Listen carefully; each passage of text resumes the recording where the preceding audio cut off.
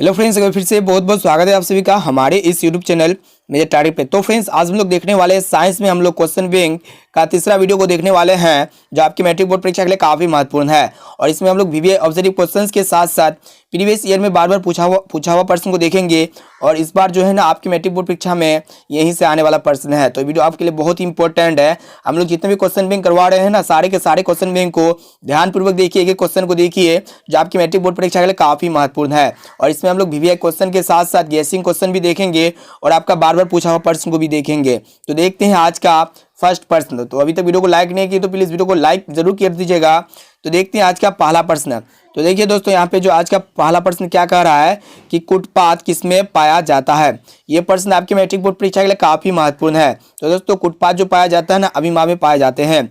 और इसी कुटपाथ की सहायता से अमीबा जो है ना अपने भोजन का अंतर्ग्रहण करते हैं। कहने का अर्थ है कि वह अपने भोजन को किसी भी सतह से कुटपाथ के द्वारा ही ग्रहण कर लेते हैं। यहाँ पे option number C right answer हो जाएगा। और अमीबा जो होते हैं ना, एक अमर प्रोटोजोआ होते हैं। अब आइए अगला प्रश्न देखते हैं। तो दोस्तों, यहाँ पे देखिए दूसरा प्रश्न, ये भी काफी महत्वपूर्ण है कि पृथ्वी पौधे में लैंगिक जनन होता है। तो देखिए दोस्तों, पृथ्वी में जो पौधे होते हैं ना, उसमें लैंगिक जनन होते हैं, फूलों के द्वारा होता है। यहाँ पे option number B right answer हो जाएगा, फूलों द्वारा। अब आइए अगला प्रश्न देखते हैं। तो दोस्तों, यहाँ पे देखिए तीसरा प्रश्न, ये काफी महत्वपूर्ण है, इसको ध्यानपूर्वक देखिए। और ये प्रश्न जो है ना हम अपने यूट्यूब चैनल के कम्युनिटी टैब में बताए थे, और आप जो है ना इस क्वेश्चन का गलत आंसर बताए थे। तो इसका सही आंसर क्या होगा और क्या कौन सा गलत आंसर बताए थे। तो देखिए यहाँ पे तीसरा प्रश्न क्या कह रहा है कि श्वसन किस प्रकार की रासायनिक अभिक्रिया है। तो दोस्तों, श्वसन जो होते हैं ना, एक प्रकार का उष्माक्षेपी रासायनिक अभिक्रिया होता है। यहाँ पे हमारा option number C right answer हो जाएगा। और जो वोट आए थे ना, 295 वोट में से मात्र 20% वोट सही आए थे। यानी कि बहुत कम स्टूडेंट जो है ना, 20% स्टूडेंट उष्माक्षेपी लगाए थे। और जो गलत आंसर था वो आपका उपचयन आप लोग जो लगाए थे, गलत आंसर था ये आपका। और इसमें जो वोट आए थे ना, लगभग में 75% वोट आए थे 295 स्टूडेंट में से। तो ये सरासर आपका गलत था। और श्वसन किस प्रकार का रासायनिक अभिक्रिया होता है, उष्माक्षेपी रासायनिक अभिक्रिया होता है। यहाँ पे जो है ना हमारा तीसरा को जो राइट आंसर हो जाएगा, सी हो जाएगा, उष्माक्षेपी रासायनिक अभिक्रिया। और उष्माक्षेपी रासायनिक अभिक्रिया श्वसन को इसीलिए कहते हैं क्योंकि जब हम लोग सांस को छोड़ते हैं ना, तो इसमें क्या होता है कि उष्मा का उत्सर्जन होता है। इसीलिए हम लोग जो है ना उष्माक्षेपी रासायनिक अभिक्रिया कहते हैं श्वसन को। अब आइए अगला प्रश्न देखते हैं। तो दोस्तों देखिए यहाँ पे चौथा प्रश्न, ये भी प्रश्न काफी महत्वपूर्ण है, इसको ध्यानपूर्वक देखिएगा कि कौन विद्युत का सर्वोत्तम सुचालक है। तो दोस्तों, यहाँ पे 4 ऑप्शन दिया हुआ है। यहाँ पे ऑप्शन ए में आपका दिया हुआ है Cu यानी कि कॉपर, बी में दिया हुआ है Ag यानी कि यहाँ पे चांदी, और सी में आपका दिया हुआ है एल्युमिनियम, और डी में आपका दिया हुआ है लोहा। तो दोस्तों, विद्युत का जो बेस्ट सुचालक होता है ना, गुड कंडक्टर जो होता है, वो आपका Ag होता है। यहाँ पे option number B right answer हो जाएगा। और आप सभी को बता देते हैं, ये चांदी जो होते हैं ना, चांदी विद्युत का सबसे अच्छा सुचालक होता है। अब आइए अगला प्रश्न देखते हैं। तो दोस्तों, ये देखिए यहाँ पे पांचवा प्रश्न क्या कह रहा है कि आवर्त सारणी के उद्ग्रह स्तंभ को कहा जाता है। तो दोस्तों, जो आवर्त सारणी होते हैं ना, जो पीरियडिक टेबल होते हैं, इसके उद्ग्रह स्तंभ को हम लोग वर्ग कहते हैं। यहाँ पे option number A right answer हो जाएगा, वर्ग। अब आइए अगला प्रश्न देखते हैं। तो दोस्तों देखिए यहाँ पे छठा प्रश्न, ये भी काफी महत्वपूर्ण है, इसको ध्यानपूर्वक देखिएगा कि 1 वोल्ट कहलाता है। तो दोस्तों, 1 वोल्ट जो कहलाता है ना, 1 जूल प्रति कुलाम को जब हम लोग भाग करते हैं, यानी कि 1 जूल और कुलाम के अनुपात को हम लोग क्या कहते हैं, 1 वोल्ट कहते हैं। यहाँ पे हमारा option number B right answer हो जाएगा। अब आइए अगला प्रश्न देखते हैं। तो फ्रेंड्स देखिए यहाँ पे 7वां प्रश्न, ये भी काफी महत्वपूर्ण है कि निम्नांकित में कौन उपधातु है। तो फ्रेंड्स यहाँ पे 4 ऑप्शन दिया हुआ है। ऑप्शन ए में आपका दिया हुआ है Fe, बी में दिया हुआ है Cu, और सी में आपका दिया हुआ है Ni, और डी में आपका दिया हुआ है Sb। तो दोस्तों, यहाँ पे जो है ना उपधातु जो हो जाएगा Sb हो जाएगा। यहाँ पे option number D right answer हो जाएगा, Sb।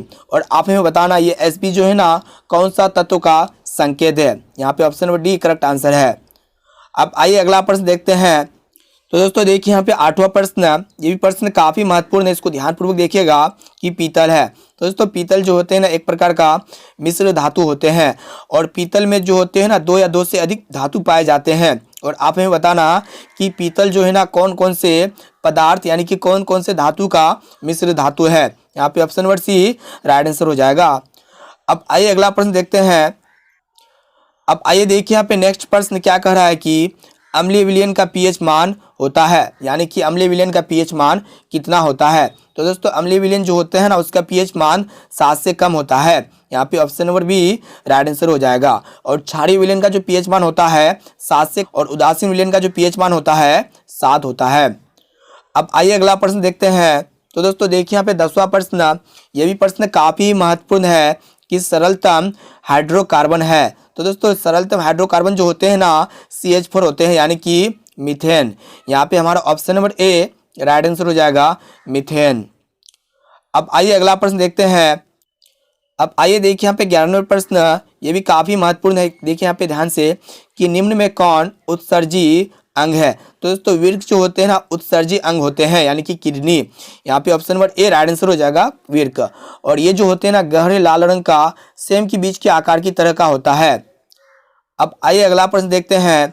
तो फ्रेंड्स देखिए यहाँ पे 12वां प्रश्न, ये भी प्रश्न काफी महत्वपूर्ण है, इसको ध्यानपूर्वक देखिएगा कि शुक्राणु बनता है, यानी कि स्पर्म जो बनता है ना किसमें बनता है। तो देखिए ऑप्शन ए में आपका दिया वो विरसन, यानी कि स्पर्म का निर्माण कहाँ पे होता है, शुक्राणु का निर्माण कहाँ पे होता है, विरसन में होता है। यहाँ पे option number A right answer हो जाएगा। और आप हमें बताना कि नर में कितने जोड़े विरसन पाए जाते हैं। अब आइए अगला प्रश्न देखते हैं। अब आइए देखिए यहाँ पे 13वां प्रश्न यहाँ पे क्या कह रहा है कि निम्न में कौन प्राकृतिक संसाधन नहीं है। तो दोस्तों प्राकृतिक संसाधन जो होते हैं ना, जो प्रकृति के द्वारा घटित संसाधन होता है उसको हम लोग प्राकृतिक संसाधन कहते हैं। तो देखिए वायु जो होते हैं ना एक प्रकार का प्राकृतिक संसाधन है, और बी में आपका दिया हुआ मृदा, और ये भी जो होते हैं ना प्राकृतिक संसाधन है। और सी में आपका दिया हुआ जल, और जल भी एक प्रकार का प्राकृतिक संसाधन है। लेकिन ये जीवधारी जो होते हैं ना ये प्राकृतिक संसाधन के उदाहरण नहीं है। यहाँ पे option number D right answer हो जाएगा, जीवधारी। अब आइए अगला प्रश्न देखते हैं। अब आइए देखिए हमें 14वां प्रश्न, ये भी काफी महत्वपूर्ण है, इसको ध्यानपूर्वक देखिएगा कि इंसुलिन की कमी से होता है, यानी कि इंसुलिन की कमी से कौन सा बीमारी होता है। तो दोस्तों इंसुलिन की कमी से जो होता है ना मधुमेह, यानी कि डायबिटीज नामक बीमारी होता है। यहाँ पे option number C right answer हो जाएगा, मधुमेह। और देखिए हमारे शरीर को सबसे अधिक ऊर्जा स्टार्च से मिलती है, लेकिन स्टार्च को ऊर्जा में परिवर्तन करने वाले इंसुलिन की शरीर में कमी हो जाने से क्या होता है कि स्टार्च खून में जमा होने लगता है, और ये डायबिटीज का कारण बन जाता है। और इसी टाइप को हम लोग कहते हैं डायबिटीज, यानी कि मधुमेह। अब आइए अगला प्रश्न देखते हैं। तो फ्रेंड्स देखिए यहाँ पे 15वां प्रश्न, ये भी प्रश्न काफी महत्वपूर्ण है कि विभवांतर मापने वाले यंत्र को कहा जाता है। तो दोस्तों विभवांतर यानी कि दो विभव के बीच के अंतर को हम लोग विभवांतर कहते हैं। और विभवांतर मापने के लिए वोल्ट मापी द्वारा मापा जाता है, यानी कि वोल्ट मीटर जिसको हम लोग कहते हैं। यहाँ पे option number B right answer हो जाएगा, वोल्ट मीटर। और आप हमें बताना कि विभवांतर का जो एसआई मात्रक होता है ना क्या होता है। अब आइए अगला प्रश्न देखते हैं। तो फ्रेंड्स देखिए यहाँ पे 16वां प्रश्न, ये भी काफी महत्वपूर्ण है, इसको भी ध्यानपूर्वक देखिएगा कि अमीटर को विद्युत परिपथ में कैसे जोड़ा जाता है। तो दोस्तों जो अमीटर होता है ना उसको हम लोग इलेक्ट्रिक सर्किट में किस प्रकार जोड़ते हैं, उसको श्रेणी क्रम में जोड़ते हैं। यहाँ पे option number A right answer हो जाएगा, श्रेणी क्रम। अब आइए अगला प्रश्न देखते हैं। तो फ्रेंड्स देखिए यहाँ पे 17वां प्रश्न, ये भी काफी महत्वपूर्ण है, इसको भी ध्यानपूर्वक देखिएगा कि विद्युत धारा का एसआई मात्रक है। तो दोस्तों विद्युत धारा किसको कहते हैं, यानी कि आवेश के प्रवाह के दर जो होता है ना उसको हम लोग क्या कहते हैं, विद्युत धारा कहते हैं। और इसका जो एसआई मात्रक होता है एम्पियर होता है। और एम्पियर को जो है ना हम लोग ऐसे सूचित करते हैं। यहाँ पे option number D right answer हो जाएगा, एम्पियर। अब आइए अगला प्रश्न देखते हैं। तो फ्रेंड्स देखिए यहाँ पे 18वां प्रश्न, ये भी काफी महत्वपूर्ण है कि समतल दर्पण द्वारा बना प्रतिबिंब होता है। तो दोस्तों समतल दर्पण द्वारा जो बना प्रतिबिंब होता है ना वो वस्तु और प्रतिबिंब की दूरी दर्पण से बराबर रहता है, और प्रतिबिंब जो बनता है सीधा और आभासी बनता है। और समतल दर्पण के द्वारा जो प्रतिबिंब बनता है जिसको हम लोग पर्दे पर प्राप्त नहीं कर सकते हैं, यानी कि यहाँ पे काल्पनिक हो जाएगा, जिसको हम लोग आभासी कहते हैं। अब आइए अगला प्रश्न देखते हैं। अब आइए देखिए यहाँ पे 19वां प्रश्न, इसको भी ध्यानपूर्वक देखिएगा फ्रेंड्स। क्या कह रहा है कि निकट दृष्टि दोष को दूर करने के लिए किस लेंस का व्यवहार होता है, यानी कि जिस भी व्यक्ति की आंख में निकट दृष्टि दोष होता है और उसको उपचार करने के लिए, उसको दूर करने के लिए कौन सा लेंस का व्यवहार करते हैं हम लोग, अवतल लेंस से बने चश्मे का उपयोग करते हैं। यहाँ पे option number B right answer हो जाएगा, अवतल लेंस। और आप हमें बताना कि उत्तल लेंस का उपयोग हम लोग कब करते हैं, यानी कि व्यक्ति को कौन सा दृष्टि दोष होने से हम लोग उत्तल लेंस से बने चश्मे का उपयोग करते हैं। अब आइए अगला प्रश्न देखते हैं। तो फ्रेंड्स देखिए यहाँ पे लास्ट और अंतिम प्रश्न यहाँ पे क्या कर रहा है कि मानव नेत्र में किस प्रकार का लेंस पाया जाता है। तो दोस्तों मानव नेत्र में जो होते हैं ना उत्तल लेंस पाए जाते हैं। यहाँ पे option number A right answer हो जाएगा, उत्तल लेंस। और आपसे भी बता देते हैं ये बात याद रखना कि नेत्र लेंस, उत्तल लेंस और रेटिना जो होता है ना ये आंख की स्क्रीन होता है, स्क्रीन। यानी कि नेत्र लेंस, उत्तल लेंस और रेटिना तीनों क्या होता है, आंख की स्क्रीन होता है। तो दोस्तों आज के लिए इतना ही रहने दीजिए और आप सभी को लेके चलते अपने YouTube के कम्युनिटी टैब में और आप सभी को दिखाते हैं कि आप लोग जो है ना कौन सा क्वेश्चन का क्या गलत आंसर बताए थे। तो चलिए अपने YouTube पर और वहाँ पे आप सर्च कीजिए। आप सभी को अपने YouTube के चैनल के होम पेज पे चले आना है और यहाँ पे आप सभी को सर्च करना है, सर्च बार में हमारे चैनल का नाम मेजर टारगेट। और जैसे ही यहाँ पे आप सर्च कीजिएगा, अगर आप अभी तक हमारे चैनल को सब्सक्राइब नहीं किए हैं ना तो चैनल को सब्सक्राइब ऐसे कीजिए और यहाँ पे जो है ना बेल आइकन को सिलेक्ट करके ऑल पर प्रेस जरूर करना। जैसे आप बेल आइकन को सिलेक्ट कीजिएगा ना तो यहाँ पे आप सभी को 3 ऑप्शन देखने को मिलेगा।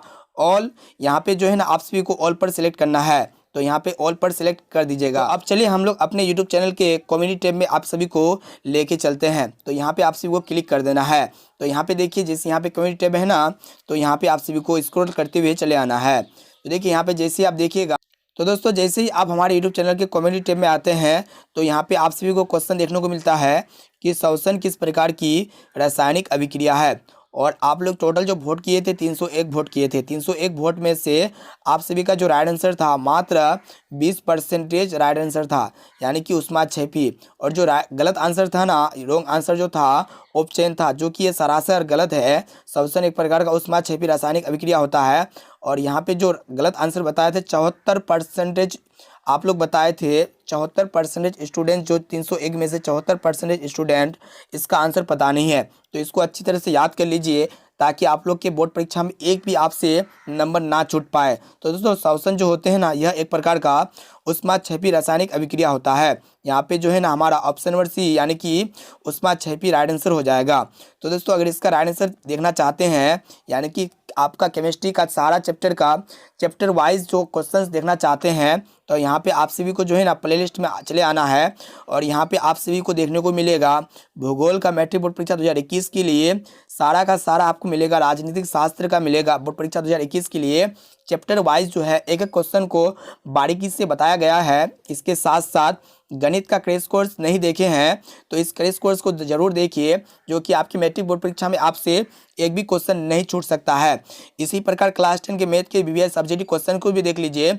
यहाँ पे देखिए मैट्रिक परीक्षा के लिए जीव विज्ञान में 2021 के जितने भी प्रश्न होते हैं यहाँ पे आप सभी को बताए गए हैं।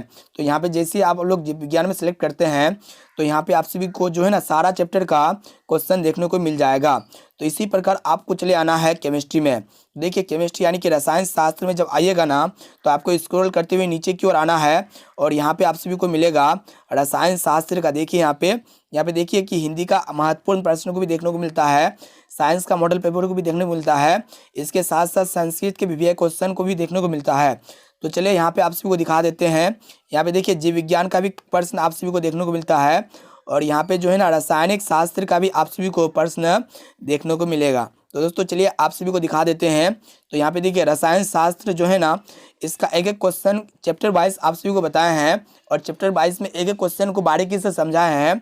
इसलिए इस वीडियो को, सारा वीडियो को जरूर देखिए। जो आपकी मैट्रिक बोर्ड परीक्षा में जो प्रश्न आएगा ना इसी से रहेगा, इससे बाहर आपका एक भी प्रश्न नहीं रहेगा। तो दोस्तों आज के लिए इतना ही, फिर मिलते हैं जल्द ही अगले वीडियो पे।